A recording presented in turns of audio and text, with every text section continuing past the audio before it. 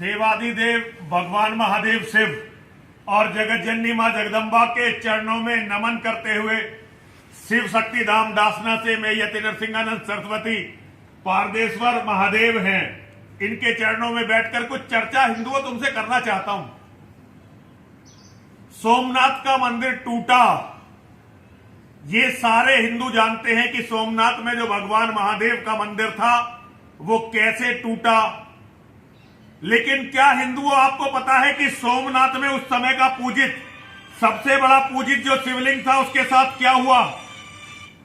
जो सोमनाथ में शिवलिंग था उस शिवलिंग का क्या हुआ? हिंदुओं क्या तुम ये जानते हो? सोमनाथ में जो महादेव शिव का शिवलिंग था, गजनी का राक्षस, गजनी का महमूद उस शिवलिंग को अपने साथ गजनी ले गया था। और गजनी में एक मस्जिद है, बहुत बड़ी मस्जिद है, जो महमूद गजनवी ने बनवाई थी। उसकी सीढ़ियों पर, उसकी पैड़ियों पर उसने वो शिवलिंग के टुकड़े जड़वा दिए। आज भी मुसलमान वहां जो वो शिवलिंग के टुकड़े हैं उनसे अपने जूते साफ करने के बाद मस्जिद में जाते हैं।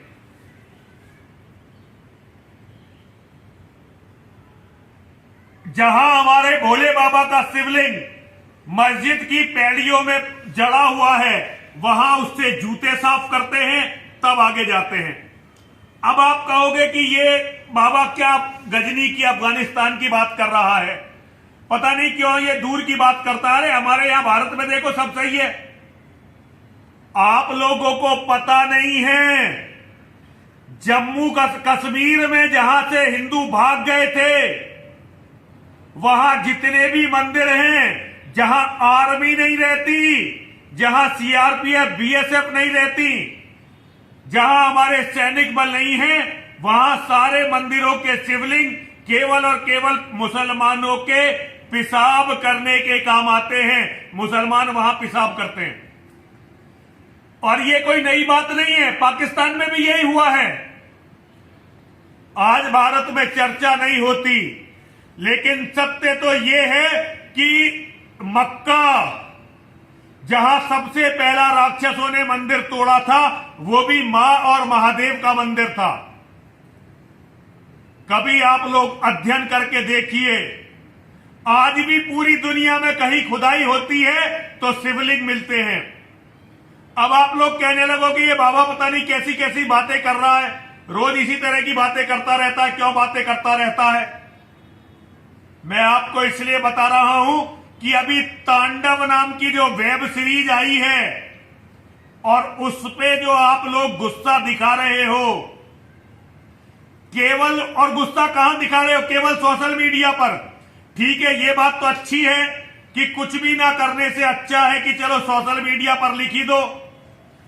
लेकिन सत्य तो ये है कि आज मेरे सहित, ये नहीं कि और बुरे हैं मैं अच्छा हूं, नहीं, मैं भी उतना ही बड़ा पाखंडी हूं जितने और लोग हैं।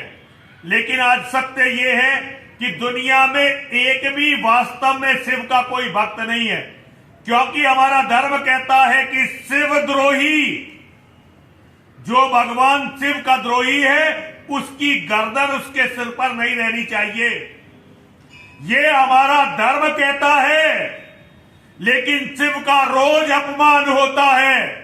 काशी विश्वनाथ का मंदिर तोड़ दिया जाता है। हमारा कोई धर्माचार्य, कोई शंकराचार्य, कोई महामंडलेश्वर और अपने आप को भगवान शिव का अवतार या कोई भी घोषित कर देता है।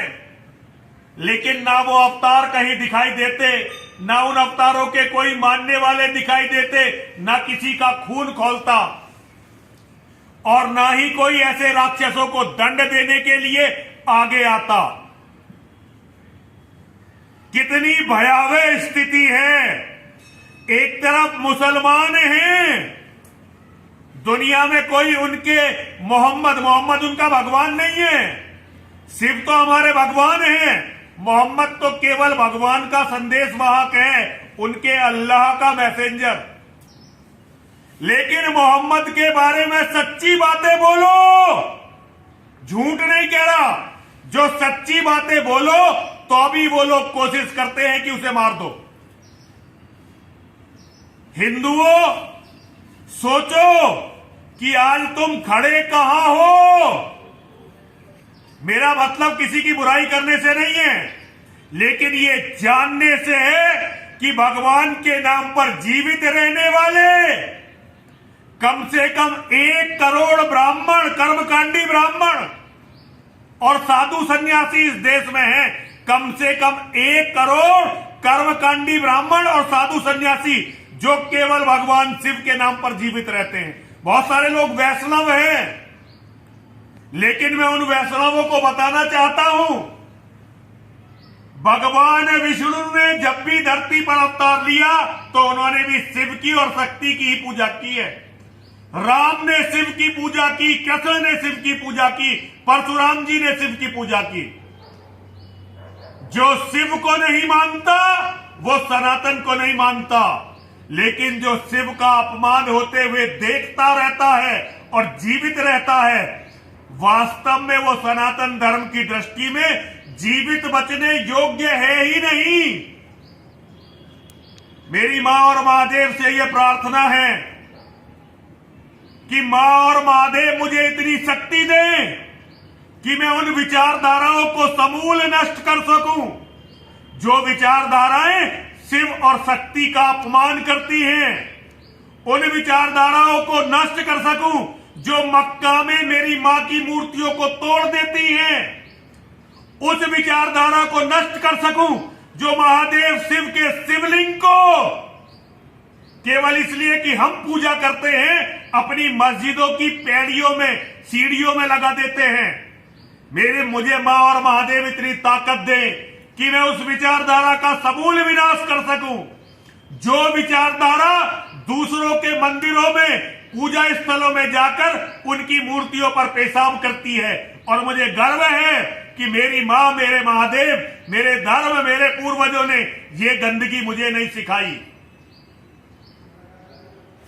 लेकिन मुझे मेरी गीता बताती है, मुझे मेरे कृष्ण बताते हैं, मुझे मेरे राम बताते हैं, मुझे मेरे परशुराम बताते हैं कि शिवद्रोही को जीवित रहने का अधिकार नहीं है।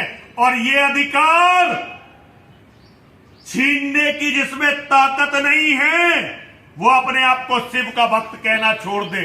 जिसके मन के अंदर ये पीड़ा नहीं है कि कैसे राक्षसों ने मेरे शिव के लिंग को तोड़कर, शिवलिंग को तोड़कर मस्जिदों की पैड़ियों पर जड़ दिया,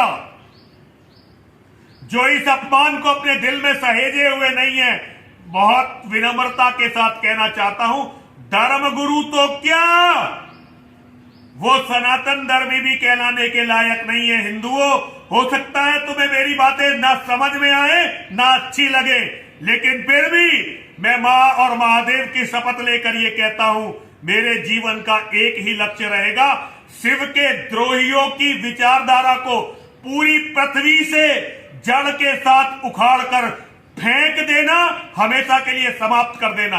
हर हर महादेव, हर हर महादेव, हर हर महादेव।